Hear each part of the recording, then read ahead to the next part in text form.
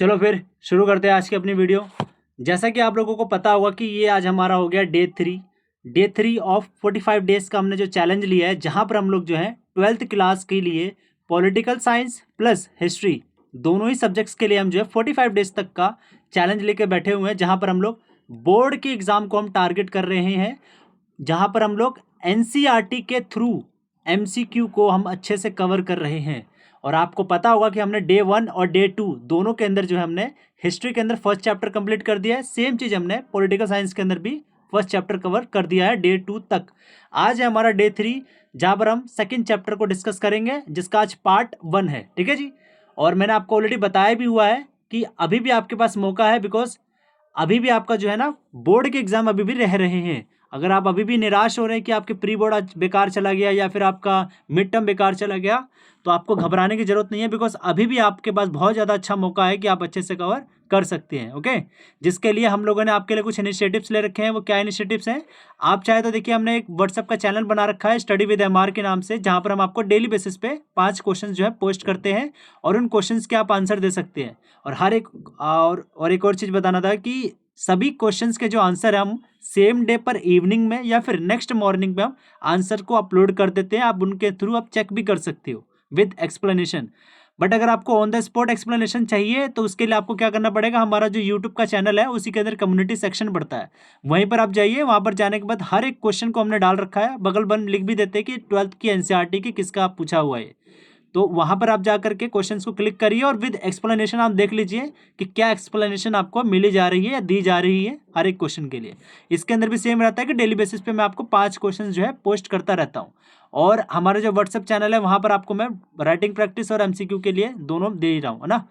तो आगे एक चीज़ बतानी थी, क्या बहुत सारे बच्चे जो है कन्फ्यूजन हो रहे थे कि प्लेलिस्ट कहाँ से मिलती है। तो आपको बता दूं कि प्लेलिस्ट के आपके लिए सिंपल सा क्या करना है, जो वीडियो वाला सेक्शन होता है ना, उसके तीसरे वाले सेक्शन पर जाइए, प्लेलिस्ट लिखा होगा, वहीं पर जैसे जाएंगे तो शुरुआत में ही जो आपका फर्स्ट और जो सेकंड है, यही दोनों में ही जो है आपका ये चीज़ अच्छे से मिल जाएगा। और आप देख सकते हैं कि जो ये हमारा पॉलिटिकल साइंस वाले का है और ये वाला हमारा हिस्ट्री वाला है, जहाँ पर हमने डे 2 तक जो हमने कवर कर लिया। ये डे 1 है या डे 2 है, सेम चीज़ आपका हिस्ट्री के साथ भी हो रखा है। अगली एक और चीज़ बतानी थी, क्या वो यही है, देख लीजिए, अच्छा लगता है इस वजह से मैंने इसको ऐसे डाल रखा है, थोड़ा सेटिस्फैक्शन मिलता है ना। ऐसे करके देखिए, लास्ट तक लेके जाऊंगा 45 डेज तक का, है ना। देखते हैं कितने सारे भर जाते हैं, है ना। ये भी मैंने अपने खुद से भी एक चैनल ले रखा है, इस वजह से मैं आपको ज़्यादा अच्छे से बता भी रहा हूँ। सबसे पहला क्वेश्चन ये है कि टोटल 22 क्वेश्चन है। 22 क्वेश्चन को अटैम्प्ट करने से पहले जब भी क्वेश्चन आपकी स्क्रीन के ऊपर आए तो वीडियो को पॉज कीजिए। पॉज करने के बाद खुद से अटैम्प्ट करिए और खुद से देख लीजिए कि क्या आपके क्वेश्चन आंसर जो है सही हो रहे हैं या नहीं हो रहे। और आइए, आप लोगों से एक रिक्वेस्ट है कि पेन और कॉपी निकाल करके बैठा करो। जैसे ही आपको लगे कि भाई ये तो बड़ी ही न्यू इन्फॉर्मेशन है, तो मुझे पता ही नहीं थी, तो भाई से नोट डाउन कर लो। ठीक है, अगर आपको पता है और कभी कभी भूल जाते हो तो उसको भी नोट डाउन कर लो। और जैसे ही ये वीडियो खत्म हो जाए तो जस्ट इसके 1 घंटे बाद या फिर 2 घंटे के बाद उस चीज़ को दोबारा से रिवाइज कर लो। मैं नहीं कह रहा वीडियो के थ्रू दोबारा रिवाइज करो, नहीं, आप सिंपल से जो आप लोगों ने नोट्स बनाए हैं ना उसी को दोबारा एक बार से देख लो।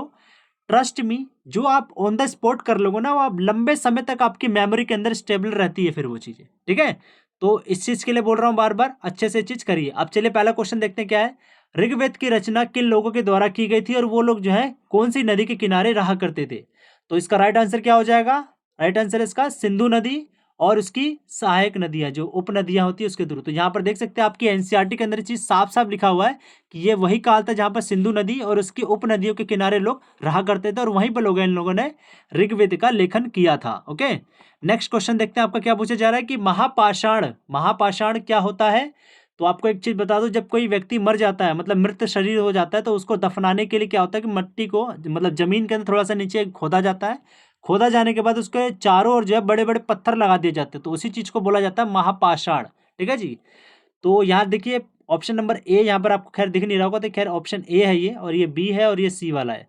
तो ऑप्शन ए में क्या बोला जा रहा है, शवों के अंतिम संस्कार में पत्थरों के बड़े बड़े ढांचे होते हैं। जी हाँ, यही इसका राइट आंसर होगा। ये गलत हो जाएगा, जीवित जलाना नहीं है भाई, जलाना नहीं है, दफनाना भी नहीं है, गलत चीज़ है। नेक्स्ट क्वेश्चन देखिए, अच्छा लिखा हुआ है, देख सकते हैं इसको, है ना, पूरा पढ़ा करिए भाई। नेक्स्ट क्वेश्चन है आपका, काफी इंपॉर्टेंट क्वेश्चन है, वेरी वेरी इंपॉर्टेंट क्वेश्चन है, मार्क कर लीजिएगा इसको। ब्राह्मी और खरोष्टी लिपि का अर्थ किसने और कब निकाला। आप सभी को लोगों को पता होगा, इसका राइट आंसर आपका जेम्स प्रिंसेप ने निकाला था। एक चीज बता दूं आपको, ये 38 होता है वैसे। एक चीज आपको बता दूं मैं, कि जब कभी भी आपसे पूछे कि ब्राह्मी और खरोष्टी यानी कि दोनों का पूछे कि कब अर्थ निकाला था, तो आप इसको सेफर साइड के लिए 1830 का दशक बताइए, ठीक है। और जब आपसे सिर्फ पूछे कि खरोष्ट ये ब्राह्मी लिपि का अर्थ कब निकाला, तो इसके लिए बताइए 1838 निकाला था, ठीक है। तो इसको आप अच्छे से थोड़ा याद रखिएगा, वरना एग्जामिनर बहुत खेल जाते हैं इस छोटे छोटे वर्ड्स को लेकर के भी। तो और चीज़ यहाँ पर देख सकते हैं मैंने लिख रखा, और क्या, जो जेम्स प्रिंसेप है भाई, वो ईस्ट इंडिया कंपनी का एक अधिकारी हुआ करता था, एक एजेंट था। और ये ईस्ट इंडिया कंपनी क्या है, बेसिकली ईस्ट इंडिया कंपनी क्या है, ये जो ब्रिटेन हमारे ऊपर राज कर रहा था ना, तो ब्रिटेन ने जो है इसी कंपनी को हमारे पास भेजा था, और इसी कंपनी के थ्रू वो जो है राज करता था भारत के ऊपर। और एक चीज और, अभिलेखों के अध्ययन को हम क्या कहते हैं, study of inscription is called epigraphy, उसको हम अभिलेख शास्त्र बोलते हैं। तो याद रखिएगा, सबसे इंपॉर्टेंट क्वेश्चन वो यही है, काफी बेसिक सा क्वेश्चन है। अभिलेख को पहली बात तो इंग्लिश में क्या बोलते हैं हम लोग, इंस्क्रिप्शन बोलते हैं इसको, है ना। और आपको पता होगा कि इंस्क्रिप्शन का एक दूसरा वर्ड भी होता है जो कि है मैन्यूस्क्रिप्ट। दोनों ही जो है काफी ज्यादा अंतर रखते हैं एक दूसरे के वर्ड के अंदर। हिंदी में इसको पांडुलिपि बोलते हैं भाई, ठीक है, पांडुलिपि। सभी लोगों को पता होगा कि जो मेन्यू होता है, MANU, इसका मतलब ही क्या होता है, हैंड, मतलब कि हाथ से लिखे हुए पांडुलिपि। ये जो है अक्सर मैन्यूस्क्रिप्ट या फिर पांडुलिपि, ये पत्तों पे या छालों के ऊपर या फिर कागज के ऊपर लिखे जाते थे। जबकि जो स्टोन ये होते हैं अभिलेख, ये भाई किसी तांबे, पत्थर या किसी ठोस पदार्थ पर लिखे जाते हैं। सिंपल सा बता रहा हूँ, जब भी कोई चीज ठोस पदार्थ पर लिखी जाएगी तो वो आपका होगा अभिलेख।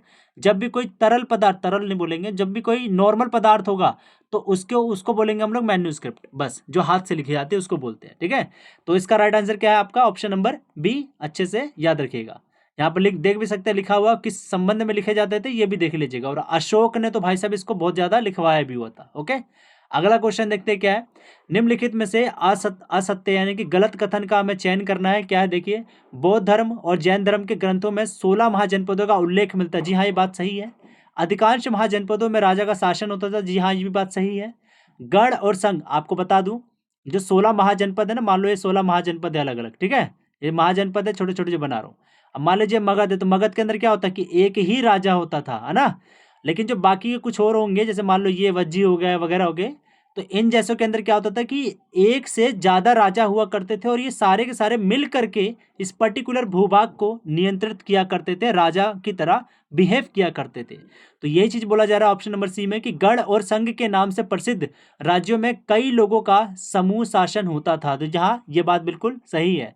और इस समूह शासन को इंग्लिश में क्या बोलते हैं हम लोग, इसको इंग्लिश में बोलते हैं हम लोग एक मिनट, ओलिगार्की। ओके, ओलिगार्की बोलते हैं इसको इंग्लिश में, और हिंदी में इसी चीज को बोल देते हैं हम लोग समूह शासन। मतलब क्या, जब एक से ज्यादा लोग मिल करके एक पर्टिकुलर एरिया के ऊपर कंट्रोल करते हैं, राज करते हैं, तो उसी को बोलते हैं हम लोग समूह शासन। अब यहाँ पर क्या बोला जा रहा है ऑप्शन नंबर डी में, अच्छा, गण और संघ के रिलेटेड में बोला जा रहा है कि गण और संघ, किंतु इस समूह का प्रत्येक व्यक्ति राजा नहीं होता। बिल्कुल गलत बात है जी, यही मतलब इसका राइट आंसर, बिकॉज हमसे गलत ही पूछा था। यह असत्य क्यों हो गया, मतलब ये गलत क्यों होगा, क्योंकि ये जो होता है ना गढ़ और संघ, इनके अंदर भाई हर एक बंदा अपने आप में राजा ही होता है, ठीक है। यहाँ बोला कि नहीं होता है, तो गलत हो गया चीज। तो यही इसका राइट आंसर, तो इसको पढ़ लीजिएगा ना। और एक चीज और बोलना चाह रहा था मैं, यहाँ पर देखिए कि भगवान महावीर हो गए। महावीर पता है ना कौन थे, जैन धर्म के संस्थापक, बुद्ध धर्म के संस्थापक भगवान बुद्ध हो गए, ठीक है। ये दोनों के दोनों जो है गढ़ से संबंधित थे, याद रखिएगा इसको, ठीक है। वज्जी संघ भी था एक, बताएंगे आगे चल करके। आगे देखते हैं जरा अगला क्वेश्चन क्या है, काफी इंपॉर्टेंट क्वेश्चन है, इसको जरा वेरी वेरी इंपॉर्टेंट लगाइएगा। अभी तक आया नहीं है बट आ सकता है।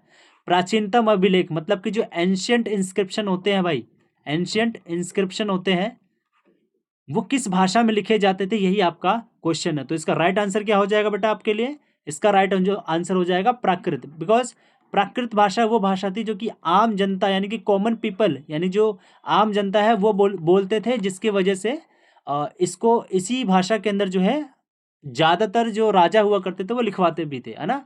अगला क्वेश्चन देखते हैं क्या है, ये देख लीजिएगा। और एक और चीज क्या कि अशोक, ये लिखा है ना, अशोक और अजात शत्रु, ये दोनों ही शब्द जो है आपका प्राकृत भाषा के शब्द हैं। इसको भी आप अच्छे से याद रखिएगा। आपसे पूछा जा सकता है कि ये दोनों शब्द किस चीज से बने हुए हैं। सेम चीज पूछा जा रहा है कि जनपद शब्द का प्रयोग किन भाषाओं में मिलता है। तो याद रखिएगा, जनपद शब्द का जो प्रयोग है हमें, वो प्राकृत भाषा और संस्कृत दोनों में ही मिलता है। इसका मतलब ऑप्शन नंबर सी इसका राइट आंसर है। ये आपकी बुक के अंदर लिखा भी हुआ है, देख लीजिएगा यहाँ पर, ठीक है।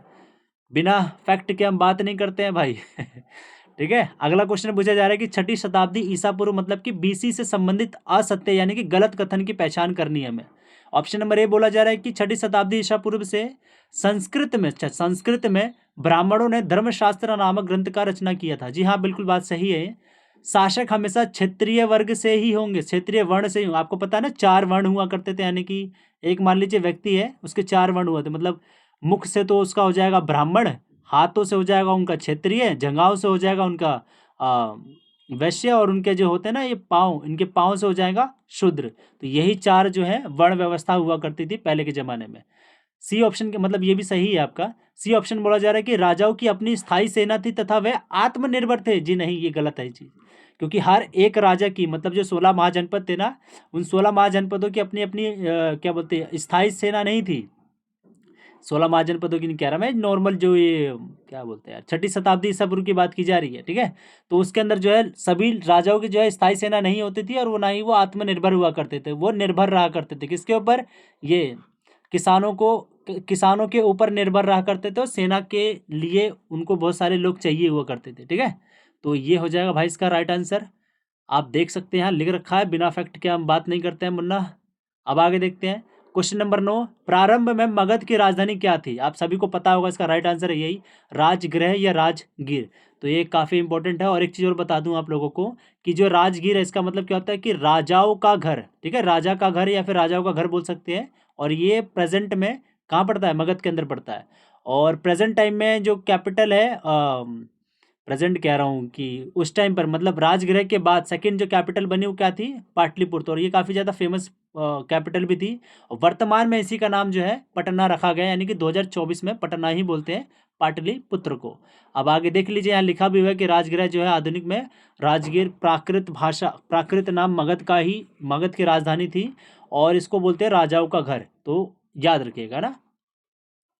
अगला क्वेश्चन पूछा जा रहा है कि अशोक के किस अभिलेख में आरामाइक और यूनानी लिपि का प्रयोग मिलता है? देखिए, एक जगह थी जहां पर एक लिपि मिला हुआ है, एक अभिलेख मिला हुआ है, मतलब एक पत्थर है बड़ा सा, उस पत्थर को ऐसे हाफ कर देंगे ना, तो ऊपर वाली लैंग्वेज जो लिखी हुई है वो है आरामाइक लैंग्वेज, और नीचे वाली जो लिखी हुई है भाषा वो है आपकी ये यूनानी लिपि। तो इन 2 लिपियों के अंदर जो लिखा हुआ पाया गया हमें, वो हमें कंधार यानी अफगानिस्तान से मिला है, और ये अशोक ने गुदवाया था जी। तो आप इसको याद रखिएगा, इंपॉर्टेंट चीज़ है ये। यहाँ देख सकते हैं लिखा भी हुआ, अलामाइक और अभिलेख से मिले हैं, प्राकृत भाषा वगैरह वगैरह, ठीक है। अभिलेख जो है ना, अशोक हो गया, अजातशत्रु हो गया, इन सभी लोगों ने जो है ना अपने अभिलेख प्राकृत भाषा के अंदर ही लिखवाए हैं। जब कभी, देखिए ट्रिक बता रहा हूँ, जब कभी राजा वगैरह हो गए ना, तो वो लोग ये यूज़ करेंगे, महात्मा बुद्ध जी हो गए और ये महावीर जैन जी हो गए, सब के सब लोग यही यूज़ करेंगे। कभी कभी ये लोग पाली भी यूज़ कर लेंगे, बट पाली का जिक्र बहुत कम होता है, बिकॉज जो कॉमन लैंग्वेज होती है वो आपकी प्राकृत होती है। अगर ब्राह्मण लोगों की बात आए तो भाई आंख बंद करके आप संस्कृत लगा देना, ठीक है। और अगर साउथ वालों की बात आए, मतलब साउथ दक्षिण भारत वगैरह वगैरह, तो उसमें लगा देना आप तमिल, ठीक है।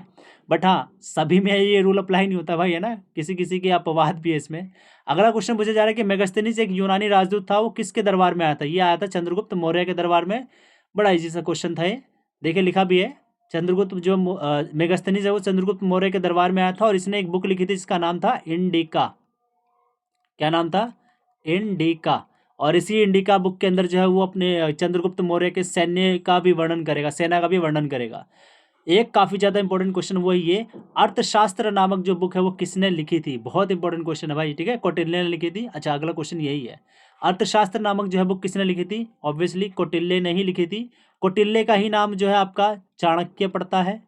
कौटिल्य को ही जो है हम लोग विष्णुगुप्त बोलते हैं। क्या बोलते हैं? विष्णुगुप्त बोलते हैं। और कौटिल्य जो है अपने आप खुद के लिए क्या यूज़ करते थे वर्ड? ये बोलते थे कि मैं हूँ चड़ी पुत्र चाणक्य, ठीक है जी। ये अपने आप बेसिकली इनके फादर का नाम चड़ी था, इस वजह से बोलते थे चड़ी पुत्र चाणक्य हूँ मैं, ऐसा करके। और जो चंद्रगुप्त के जो है ये मंत्री भी हुआ करते थे, कौन? यही चाणक्य जी। अगला क्वेश्चन क्या है? धम्म से संबंधित गलत कथन का हमें चयन करना है। मतलब क्या, धम्म क्या था पहले तो ये बताइए जरा हमें। देखिए, जब अशोक राजा बनता है तो राजा बनने के 8 साल के बाद, जब वो राजा बने रहता है तो 8 साल के बाद जब वो जाता है कहाँ पर? कलिंग के अंदर। कलिंग के अंदर ना उनका एक युद्ध होता है, जो कि आज प्रेजेंट में बेसिकली कलिंग जो है हम उड़ीसा बोलते हैं, ठीक है। उड़ीसा को ही जो है कलिंग पहले ज़माने में बोला जाता था। तो इसी एरिया के अंदर भाई साहब जाते हैं और छोटे से भूभाग के लिए लड़ाई करने लग जाते हैं। कौन? अशोक। जैसे जाते हैं और जा करके देखते हैं तो भाई साहब लाखों लोगों की जो है मृत्यु हो जाती है। हालांकि इस युद्ध के अंदर अशोक जो है वो जीत तो गए थे, लेकिन बहुत सारे लोगों की मृत्यु हो गई थी, जिसकी वजह से अशोक का जो दिल है वो पिघल जाता है। क्यों? कहते हैं कि भाई साहब छोटी सी भूमि के टुकड़े के लिए मैंने इतने लोगों का खून करवा दिया, जो कि बहुत ज़्यादा गलत है। तो इसी इसी मोमेंट से जो है उनके अंदर से हृदय परिवर्तन हो जाता है, दिल उनका बदल जाता है, और फिर वो बोलते हैं कि भाई अब से मैं धम्म का प्रचार करूंगा। अब यहाँ एक चीज़ समझना हमारे लिए जरूरी क्या है कि धम्म का मतलब क्या होता है। धम्म का मतलब होता है अच्छे आचरण, यानी कि आपके जो व्यवहार है उसके अच्छे आचरण की बात की जा रही है। जो अच्छी अच्छी बातें होंगी वो सारी बातें धम्म के अंदर लिखी हुई थी। और धम्म का प्रचार करने के लिए अशोक ने जो है एक पोस्ट भी बनाई हुई थी। ठीक है जी, एक पोस्ट भी बनाई हुई थी, उसका नाम क्या है? धम्म महामात्य। ये भाई बहुत इंपॉर्टेंट क्वेश्चन है, याद रखिएगा इसको। ठीक है, चलिए अब देखते हैं ऑप्शन नंबर क्या बोले जा रहे हैं। ए में बोला जा रहा है कि बड़ों का आदर करना। जी हाँ, बात सही है। धर्म और परंपराओं का आदर करना, ये भी बात बोला था। धर्म के प्रचार के लिए धर्म ये रहा, धर्म नहीं है भाई, वो धम्म है लिखे। ये स्पेलिंग मिस्टेक्स हो जाती है बिकॉज हिंदी में लिखना बहुत ज़्यादा डिफिकल्ट होता है भाई, स्पेशली कंप्यूटर के अंदर, है ना। तो ये धम्म महामात्य हैं, और ये ब्राह्मणों को शत्रुता नहीं, यही गलत हो जाएगा, मतलब यही इसका राइट आंसर है। आगे बढ़ते हैं जी, जरा देख लीजिएगा, यहाँ पर मैंने लिख रखा है, देखिए विशेष अधिकारी एक नियुक्त किया गया था धम्म महामात्य करके, और वगैरह वगैरह चीज़ें लिखी हुई है ना।